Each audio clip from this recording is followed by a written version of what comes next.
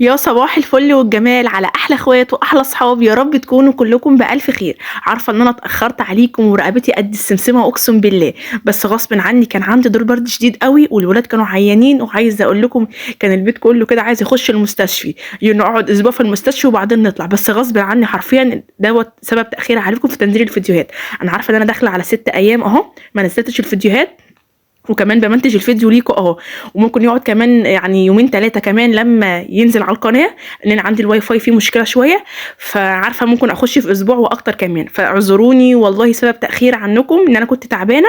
ولو تعبانه حتى بشتغل، يعني انا تعبانه بشتغل، مش بقول لكم ما بعملش نايمه، لا مين اللي ينام ياما مين. فبس الولاد عندي تعبانين، وبالذات بقى خاصه الريتال لما بتتعب عندي بصوا 24 ساعه على دراعي، ما بتروحش لاي مخلوق، عياط. المهم الحمد لله الحمد لله يعني قايمين اهو اهو نفوق شويه. فقلت بقى ايه، كانت اوضه الولاد عندي طبعا زي ما انتم شايفين كده من منظر لا يسر عدو ولا حبيب، فقلت لا قومي بقى يا بنتي كده اتنشطي. وايه بقى، رحت ضربه كده فنجان قهوه صغير حمايه عمله، وحمايه بقى يا سلام لما بيعمل فنجان القهوه يا سلام، بجد والله بشرب القهوه من ايده او الشاي، لانه بيعملها على الشاليه على الفحم بقى، فيا سلام بقى على الشاي والقهوه من ايده. فالمهم بقى نبطل رغي كتير، وبطل رغي انا كمان شويه كده، وندخل بقى على الفيديو بتاعنا ونقول بنعمل ايه بعد الصلاه على الحبيب المصطفى صلى الله عليه وسلم. ويلا بقى حطي لي لايك واشتركي في القناه وفعلي زر الجرس واكتبي لي تعليق حلو منك. زي ما قلت لكم بقى هنا دخلت على اوضه الاطفال عندي، طبعا انا كنت داخله على الساعه 10 الصبح الاوضه، طبعا انا نزلت الاول الساعه 8 ونص كده عند حمايه تحت، طلعت للطيور وكنست تحت وفطرنا تحت، وبعدين بقى طلعت خلت بقى الولاد كده يلعبوا شويه مع روان، لان روان خلاص قعدت من الحضانه ما عادش في حضانه، محمد بس اللي لسه بروح عندي المدرسه، بس روان المس قالت خلاص ما عادش في حضانه، هياخدوا اجازه نص السنه. فالمهم قلت لها بقى ايه اقعدي مع اخواتك، مع انها ما بتريحهمش اصلا. ودخلت بقى انا طلعت على الاوضه فوق، قلت بقى ايه عشان اروق الاوضه، ان الاوضه عندي مش كانت عجباني خالص، والدفايات كانت عايزه تتشال، والاوضه كانت عايزه تتكنس وتتنفض وتتظبط، لاني كانت الشباك عندي كان كلها تراب وكده. فيلا بقى قلت اصور معاكم بحيث ان انا اشجعكم واتشجع انا كمان، لان انا لما بصور والله بتشجع وببقى متحمسه كده. هنا بقى وانا منظف الشباك لقيت بنت اختي بتنده عليا، يا خالتي يخرب بيتك ويخرب بيت خالتك، عايزه ايه يا بنت؟ قالت لي في بتاع السمك تحت، في حد عندنا بيجيب لنا سمك كل خميس، بيجيب لنا سمك صابح كده وبيبقى ايه طعمه لذيذ جدا.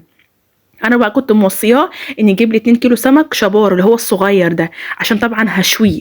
فقعدت بقى تنده عليا، فرحت بقى سايبه اللي في ايدي ونزلت بقى ايه، جبت السمك ونضفته، مش نضفته وفتحته لا، نضفته بس من الغنانيش بتاعته كده، وعشان بيبقى فيها رمله وطينه وكده، ولفيت عليه ملح وسبته بقى تحت عند حمايه.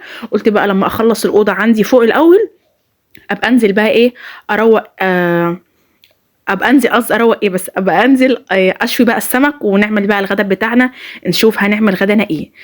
نضفت بقى كده عندي الشباك، ونضفت كده عندي الباب بتاع البلكونه والحيط برضو، وكنست بقى كده من تحت السراير عندي، كان تحت السراير كان نظيف، يعني الولاد اصلا عشان القعده عندي حمايه كلها تحت، يعني ايه الشقه عندي بقت نظيفه نوعا ما يعني مش نظيفه نظافه كامله، لا ده نوعا ما مش زي الاول، لان زي ما قلت لكم اغلبيه يومي بيكون في بيت حمايه من تحت، بكنس بروق بطبخ بستقبل حد جاي، وبطلع الشقه عندي يعني ايه على العصر كده او قبل العصر بنص ساعه على حسب، لا بعد العصر، في الصيف اللي بطلع قبل العصر، في الشتاء بطلع بعد العصر، عشان لان حمايه في الصيف بيتغدى بعد الظهر، لان زي ما قلت لكم في الفيديوهات اللي قبل كده ان حمايه مش بيفطر، بياكل حاجه خفيفه كده، قرصه بسكوته كوسفين وحاجات من دي. اما فزي ما بقول لكم كده في الصيف بعد الظهر بصلي الظهر بكون انا جهزت الغدا. في الشتاء بقى عشان بقى اليوم قصير مش بيلحق يجوع وكده، هو اصلا يعني الاكل بتاعه قليل جدا، فبعد العصر بقى. فالمهم بقى ايه بطلع في الشتاء زي ما قلت لكم بعد العصر، واليوم اصلا بيبقى الواحد مسحول شغل بجد، يعني يوم الشتاء بيبقى قصير قوي، زائد ان انت بتكوني مضغوطه قوي، واغلبيه المدارس بتبقى جايه في الشتاء. فالمهم بقى ايه ما علينا، عندنا المدارس اللي جنبنا كلها قعدت، والمدرسين اللهم صل على النبي اللي اسمهم ايه المديرين قعدوا الطلاب، واحنا عندنا المدير بتاعنا مش مقعد الطلاب. والله انا مبسوطه بصراحه، يعني هيقعدوا يعملوا ايه المدرسه افضل ليهم يعني واحسن، بس هو المدير بتاعنا مغير في كل حاجه. هنا بقى مسحت بقى الشباك، عايزه اقول لكم انا بمسحه وبجيب منظف للشبابيك للخشب يعني وللازاز، بجيبه من عند العطار بجيبه سايب. انا كنت الاول بجيب الازايز دي اللي هي تبقى جاهزه على قد ان انت ايه تحطي البخاخه بتبقى جاهزه فيها وترشي، بصراحه لقيتها اغلى والتنظيف بتاعها مش فعال زي ما بجيبها من عند العطار، وساعات برضو عندنا ناس بتلف برضو بس مش كله. بيبقى فيه واحد حاجته حلوه في واحد حاجته وحشه. فانا قلت بجيب من عند العطار اضمن واحسن وفي نفس الوقت ارخص. عايزه اقول لكم البطاطين انا وديتها فين، طلعتها عندي على البلكونه. انا بعمل كده يوم ويوم، بطلع البطاطين وبطلع اللحافه عندي على البلكونه تتشمس كده معايا، بسيبها حوالي ساعه او 2 في الشمسه تقعد كده تشيل البكتيريا وتشيل برضو مكان النوم وكده. ده اصلا يعني صح ويبقى افضل لو عملتي كده كل يوم. بس انا بصراحه يعني كل يوم يوم ويوم كل يومين بعمل كده. بصوا عندي شباك البلكونه، بصوا البقع فيه فظيعه فظيعه بسبب خالد وريتال. بيكونوا بقى بياكلوا حاجه ورايحين جايين فاتحين عاملين مسويين، مش بيبطلوا، بالذات خالد ده فظيع. ربنا يهديه يا رب ويهدي اولادنا جميعا. ومسحنا بقى الدولاب بتاعنا كده، قلت مادام بمسح يبقى مسحه بالمره. الدولاب كان من جوه متطبق وكان كله لان انا بصراحه لما باجي مثلا ده بقى لو عندي وقت، يعني انا ما بعملش كده على طول، بس لو عندي وقت بعمل بقى وانا بلم الهدوم من على الحبل بطبقها واحطها عندي في سبت وبخش بقى احط كده والهدوم متطبقه في الدولاب. بصراحه بستريح جدا جدا لما بعمل كده.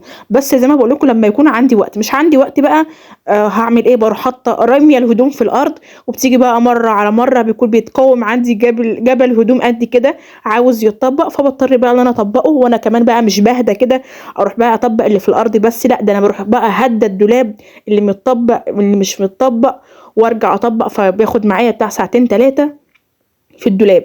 فبصراحه بستسهل بقى، بس زي ما قلت لكم لو عندي وقت، ما عنديش وقت هعمل بضطر بقى ان انا اسيب الهدوم مره على مره صراحه بيتقاوم زي ما قلت لكم، وبعدين بقى بطبقها مره واحده وخلاص. هنا بقى كنت بمسح الباب. عايزه اقول لكم بمناسبه ان انا بمسح الباب دي، كانت حماتي الله يرحمها يا رب كانت بتمسح الباب دايما بالجاز.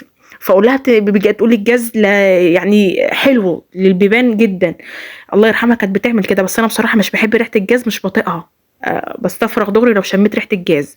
فهي كانت دايما بتعملها كده، وبعد ما بتخلص مسح البيبان بالجاز كانت تروح حاطه بقى رشه معطر كده على الباب، كأن ما فيش ريحه يعني ريحه الجاز، لان اللي بتضايق، لاني انا بتضايق وفي كذا حد في البيت بيتضايق من ريحه الجاز. بس هي كانت لازم على طول تمسح الشبابيك والبيبان بالجاز. فالله يا رب يرحمها يا رب ويجعل مثواها الجنه هي وجميع موتانا اللهم امين. هنا بقى كنت خلاص بقى روقت بقى الاوضه كده ومسحتها وفرشت بقى اللي عندي السجاد بتاع الاوضه، السجاده والمشايه بديل السجاد. ونيجي بقى نفرش السراير بتاعتنا عشان بقى نخلص فرش، وهنزل بقى جري بعد ما خلصت معاكم فرش. هنا نزلت صليت الظهر ودخلت بقى اجري عشان اعمل الغدا، لان كانت الساعه جت الساعه 2. انا كنت مخلصه 1:30. عقبال بقى ما نزلت اتوضيت وصليت وعملت كده كذا حاجه، جهزت الحاجه يعني السمك وجهزت الدقه فدخلت بقى على الشوي على الساعه 2:10 بالظبط. يعني كان بقى حماية مشي على الجامع وقتها، لان حماية بيمشي على الجامع قبلها بيمشي قبل الصلاه بنص ساعه، لان بيروح بيظبط الجامع بيظبط حاجه محتاجه كده يعني. فالمهم بقى بصوا عايزه اقول لكم الدفايات ديت حلوه قوي، كنت شاريها من فتره بصراحه، كانت جميله والخامه بتاعتها حلوه جدا جدا يعني، ومش لاقيه زيها بصراحه تاني. انا سالت الست اللي انا كنت جايباها منها، قالت لي لو اتوفرت تاني هجيب لك. فانا قلت لها هاتي لي نفس الخامه ونفس النوعيه. بصراحه حلوه جدا هي، بس اللي كان مضايقني فيها الشراشيب دي، ما كنتش حابه الشراشيب دي خالص. بس هي كانت الخامه بتاعتها كويسه واللون بتاعها كان حلو جدا، وكل حاجه كانت فيها 100 100 بصراحه يعني. كنت جايبه الطقم وقتها، كنت جايباه من حوالي 3 سنين، كنت جايباه بحوالي 450 جنيه او 500 جنيه، وكنت جايباه بالقسط كمان يعني ما كانش. فهي دلوقتي قالت لي لو هيكون متوفر هيكون عامل 800 جنيه. فقلت لها ليه غلي كده؟ قالت لي ده انت كنت واخداه من 2 3. فطبعا كل حاجه الاسعار فرقت. فقلت لها ما علينا، ايا كان لو في متوفر منه هاتيلي لون منه كشمير. وبكده بقى كنا خلصنا الاوضه بتاعتنا. بصوا عامله ازاي روقناها وبقت فل الفل. لايك بقى استاهل لايك. قبل بقى ما انزل رحت بقى داخله الدفايات اللي انا شلتها والوشوش المخده والوشوش الخدوديه، رحت بقى حطاهم عندي كده في الغساله وعملت كده دوره غسيل، ونزلت بقى زي ما قلت لكم صليت ودخلت بقى في الغدا اللي انتوا طبعا هتشوفوه. وانا عارفه بقى لما اول ما اقول لكم الغدا، عارفه في ناس هتتصدم دلوقتي وتقول لي بتعملي ايه يا دينا، لان عايزه اقول لكم الفيديو وانا بشوي السمك ده كنت منزله الفيديو دوت، بس استني بس لما يجي وقته هتكلم عنه.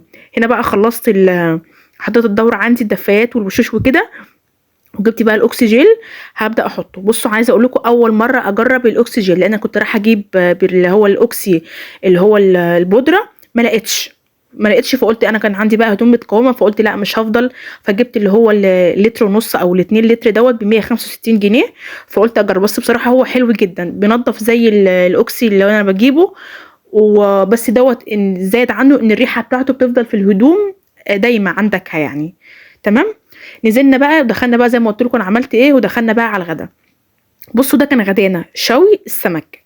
انا كنت موصيه راجل زي ما قلت لكم بيجيب لي كل خميس او كل خميس وخميس على حسب ما انا برن عليه واقول له هات لي كذا، فبيجيب الراجل يعني. وبعدين مشهور عندنا في القريه فالكل بيجيب منه لانه السمك بتاعه صابح وجميل، بيبقى لسه مصطاده الصبح يعني وكده. فالمهم بقى عايزه اقول لكم ان في ناس بتستغرب جدا جدا على طريقه شوي السمك ده.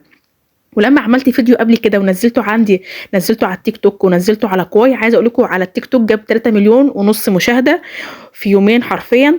وعايزه اقول لكم بقى ايه، عايزه اقول لكم الكومنتات عملت عليا حفله تريقه وضحك، وايه اللي انت بتعمليه ده، زي ما اكون انا اجرمت او عملت مصيبه. عملت ايه يا جدعان؟ في ايه؟ في ايه؟ قولوا لي. وفي كواي برضو كان ايام ما كنت بنزل على ابلكيشن كواي، بس حرفيا ما عدتش بنزل دلوقتي ولا على اي تطبيق غير تطبيق غير قناه اليوتيوب. ما عدتش بنزل، والفيسبوك بس الفيسبوك كمان مش بنزل عليه قوي لان الفيديوهات عندي بتتعدى ال10 دقايق، والفيسبوك ما بيعديش، مش بيحمل فيديو مدته اكتر من 10 دقايق على الفيس، لازم يكون عندي لاب وانا ما عنديش لاب، بعمل على التليفون.